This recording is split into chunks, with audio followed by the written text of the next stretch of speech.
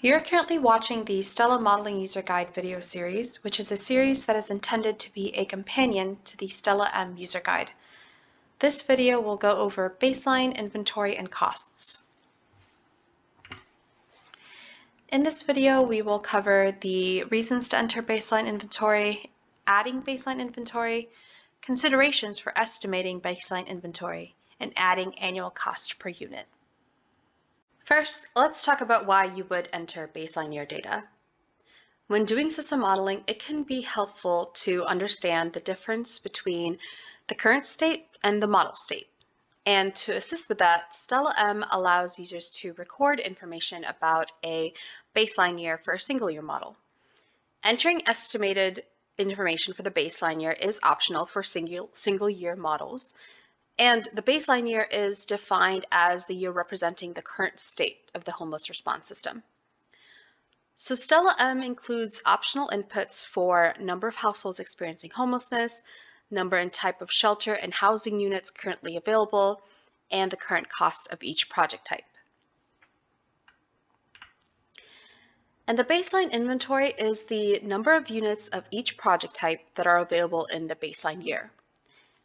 In Stella M, units are part of the model results. They're a key output of the model.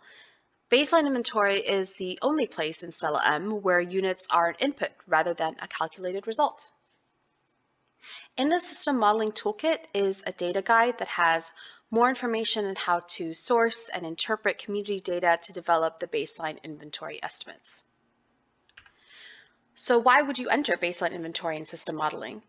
Baseline inventory is compared to target year inventory recommendations to show any gaps between your system now and what would be your ideal system to support implementation planning. Now let's get into Stella M. So the model you're currently looking at is a single year model with no baseline information added. So you can see we're actually on the baseline year in our year selector and we have no data in our baseline dashboard. And also, if we scroll a little bit further down to the results preview section, we can see that this chart only shows data for the target year. To access your baseline inventory inputs, you would select the baseline inventory button in your navigation panel on the top right. It's the one that looks like a building, and when you click on it, you will open up the baseline inventory window. As always, I want to point out when we open a window like this, there is this I button at the top right. When you click on it, this opens up the I statement that will give you more information about this window. So here it says to enter the number of units currently available in the COC for each project type included in the model. In Stella M, a unit is defined as an amount of housing and/or service assistance designed to serve a single household at a point in time. So depending on the project type and the type of household being served, a unit may represent a rental subsidy, a room or bed in a congregate setting, a hotel room, a supportive service slot, etc., etc. So you are only able to enter baseline inventory for project types that are already included in a pathway in your model.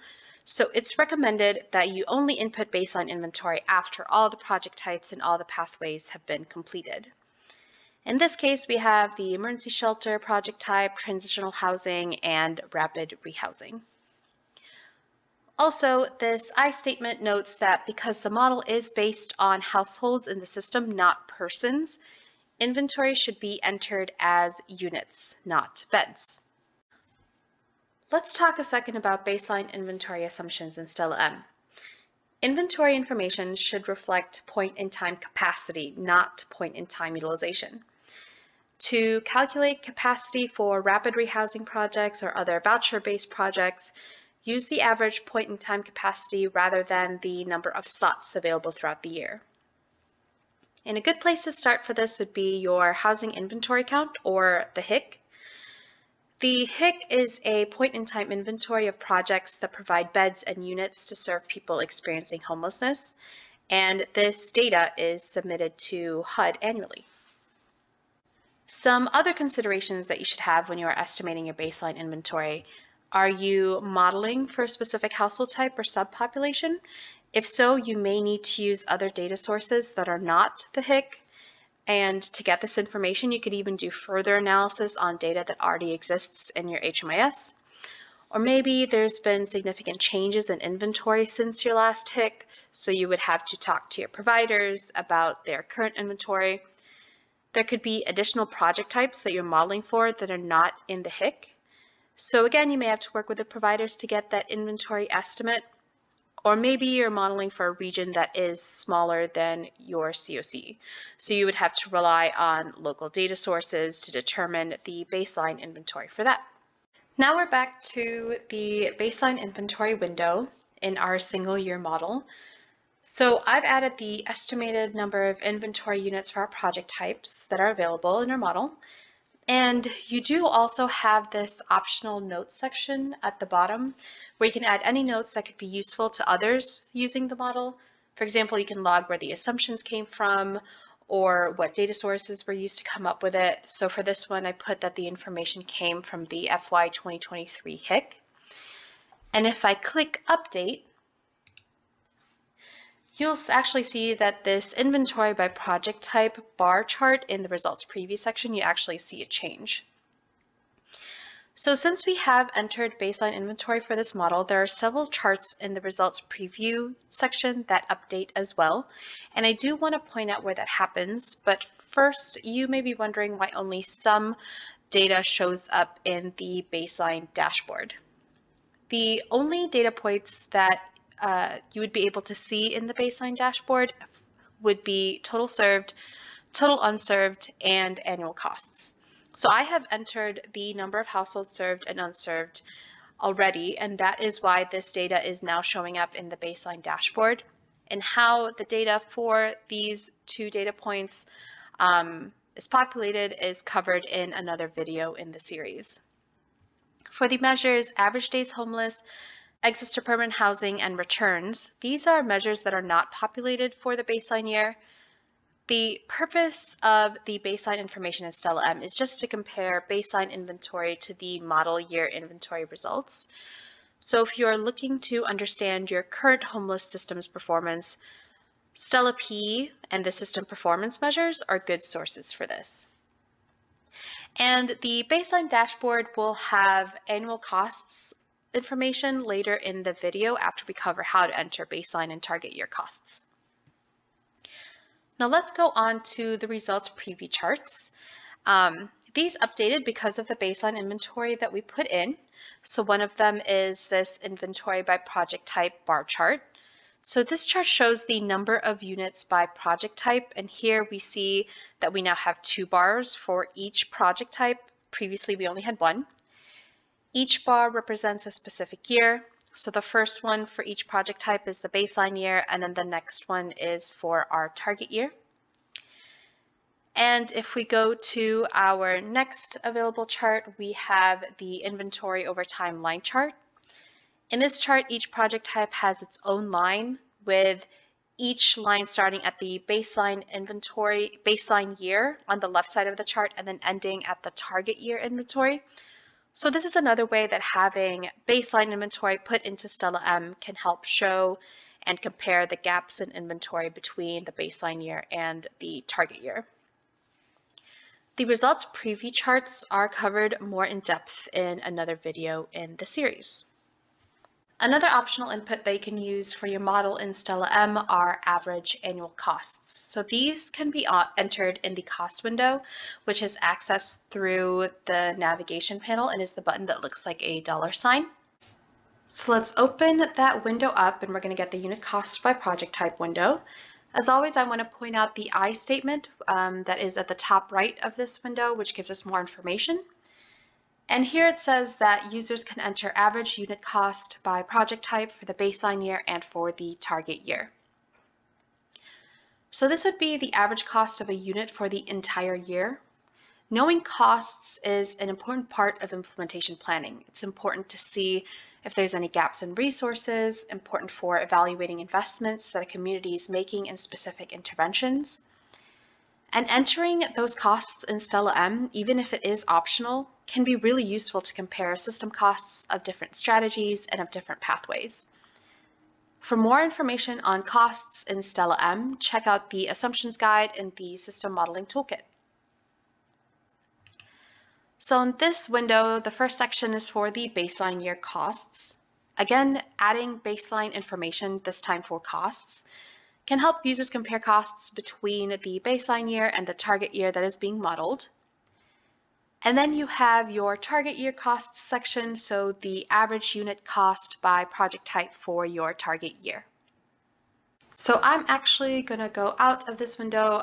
You can see that there is nothing yet on the baseline year section, but there are some numbers added in the target year costs section. So I'm going to click Update, and I'm actually going to go to the COC library because you are able to add a default annual cost per unit when creating a project type in the COC library. So this button, again, the COC library button, is able to be accessed on any page in Stella M. It's always on the top left. I'm going to go in there and then go to the COC library project types tab. So for each of these project types that are on this tab, you are able to add a default annual cost per unit. So we know we were using the default transitional housing project type in the model that we were working with. So I'm going to open that using this edit pencil. And then you'll see that there is this annual cost per unit field. So here in the COC library, you're able to add a default annual cost per unit for a specific project type. So project types created in the COC library are project types that are likely to be used in multiple models. So when you add this default transitional housing project type to a model, it's going to pull in the information that is in the COC library, including if there was information already in the annual cost per unit. So if we add information, let's say it's 500,500, and then we click Update COC Library. And then if we get out of the COC Library window and go back to our Costs window, we'll see that it had automatically updated for any part where there wasn't yet cost information entered for the default transitional housing project type. So you can see here for the default transitional housing, there wasn't baseline information entered for transitional housing, so it automatically pulled into there. But since there was already information entered in the target year section for default transitional housing, it did not overwrite anything that was done within the model. So even if you use a project type that has a default value, it does not mean that you can't change it. You can always change this dollar amount, so we can make this 600,500 instead. And it's not going to change it for the COC library or any other model. It's only going to change it in this model that we're working with. And if there was no default value in that COC library project type window for a specific project type, whenever you add that project type to a model, the cost field would just come up as 0, and then you can just edit it for whatever model you're working with. So for example, that was true for the emergency shelter and the rapid rehousing project types, so they just came up as 0. I'm just going to add in some cost per unit for these. And then I am going to click Update. Now that we've added costs, I did want to point out where it starts showing up in your model. So in the baseline dashboard, you'll see that this annual costs data point is now populated. And also in the results preview section, there is the inventory and cost table. So for the baseline dashboard, it tells you the number of units and the cost by project type. And actually, if you go to your target year in your model, you'll see that it shows the number of units and costs by universe. So by inflow, by long-term homeless, and it also has this model total right at the very bottom. And again, the annual cost data point is populated in the dashboard. Thank you for watching this video, which is part of the Stella Modeling User Guide video series.